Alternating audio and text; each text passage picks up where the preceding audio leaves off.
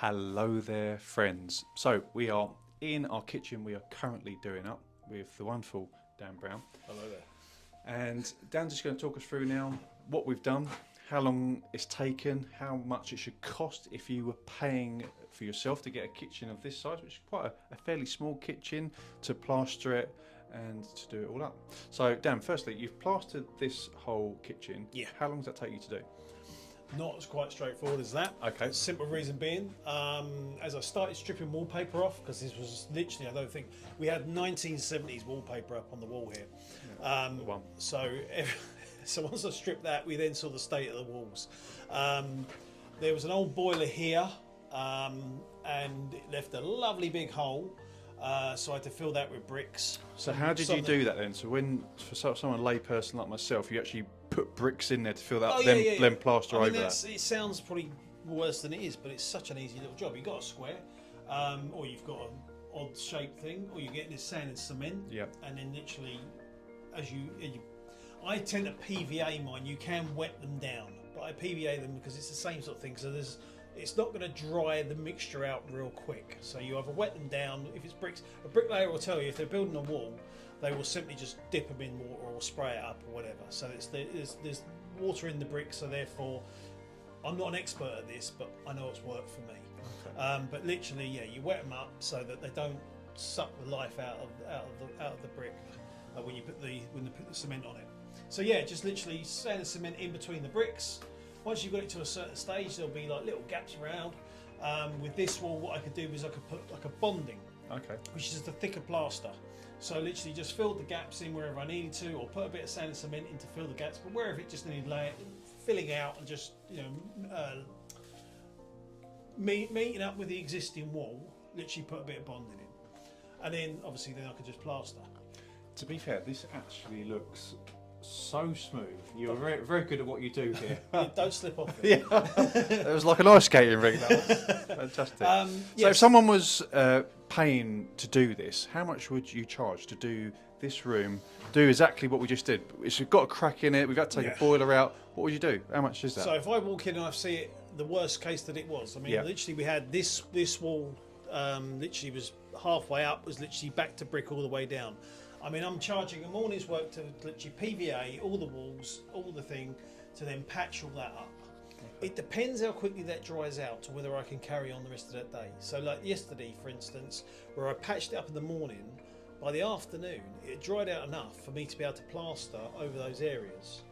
And then all I did today was literally came in again and just literally finished off the other little bits. As you can see, I've had my heater on, so all these little whiter bits is where it's all dried out because I've had my heater in it all day. Right, so behind me is where it's dried out because I did that yesterday. So even though that feels dry to me, that's not dry? No. Okay. No. Once it goes this colour, this pinkier colour, you're good to go. But you need it all to go that. Now that's going to be the last thing to go because that's really thick. Right. That's got the sand and cement in there, that's got the bonding on there, and it's got the plaster on there. So that's going to take, the fact that we've got no real heating in this room, that's going to take at least 4 to 5 days. Right, sometimes it can go worse and be 7. But you can see like there's moisture on the windows already because the water's all drying out. Yeah. And therefore it's just going to take a little while to dry out. So how much? So price-wise, you're going to put me on the spot here. You are on the spot, Dan. Let's go. No pressure. All these new clients watch and learn from here. Your bonding is going to cost you something in the region of about... I've just suddenly thought, is his finger in the way? So bonding, a bag of bonding is going to cost you something in the region of about £15 to £20, depending where you go. With that, you're going to need roughly, what did I use? I used about a bag and a half of bonding. So there you go. There is your instant sort of what your costs are going to be. Your PVA, if you bought a bottle of PVA, it's going to be 5 litres. It's going to be roughly around the sort of £10 to £20, depending what one you buy. I feel he's stalling for time here, guys. How much are we talking here, Dan? I have mentioned in one of the previous videos that When it comes to actually doing these prices, it's going to be literally £250 a day for someone down this area. Yeah, this is down south. Down, yeah, sort of in the London and Surrey area, you're looking at about £250. In London itself, you could go up to probably about £300. Yeah, that's about good, I mean, but they. So this is what, 2 days? This is to start to finish, 2 days really. So £500 then.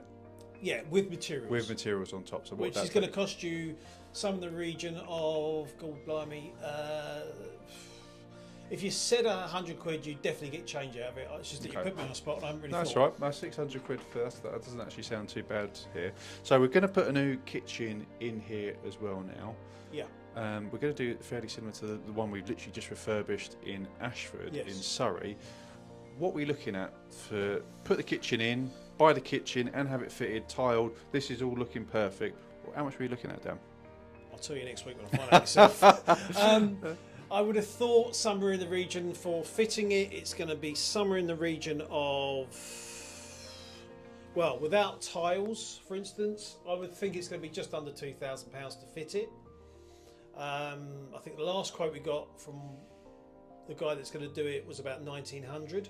Okay. That was a difference, probably about the same. So it's going to be around that figure. We have got to get tiling done around the edges. And then obviously you've got things like this. So, this is going to be moved. This at the moment is strapped to this. Well, I can't take this out till that's moved. This floor has gone, so therefore I'm going to I can't prop that up and take this out. That has to be moved to the wall. And that is That's the gas meter. That's the gas meter. Yeah. Okay, yeah. And then we've got the other little problem, and I don't quite know what our electrician's going to do yet, but the electrics, the oldest electrics I think I've seen. That is looking pretty ancient level there. Yeah. I mean, they work, but it's not to the standard that we need. No. So we will be changing this, as obviously we're going to have to do it down the line, so we might as well just do it now, and it's better for the tenants for longevity. But in terms of what our electrician's going to choose to do, whether he'll put it back in this same place, at the moment we've allowed for the new units to come in and actually be a unit that goes this way, so that if it was back in this position, you'd be able to open the cupboard and get into it. So it's not the end of the world that it's there. We have got units going up here. So what we're talking for this whole kitchen, £4,000? Everything?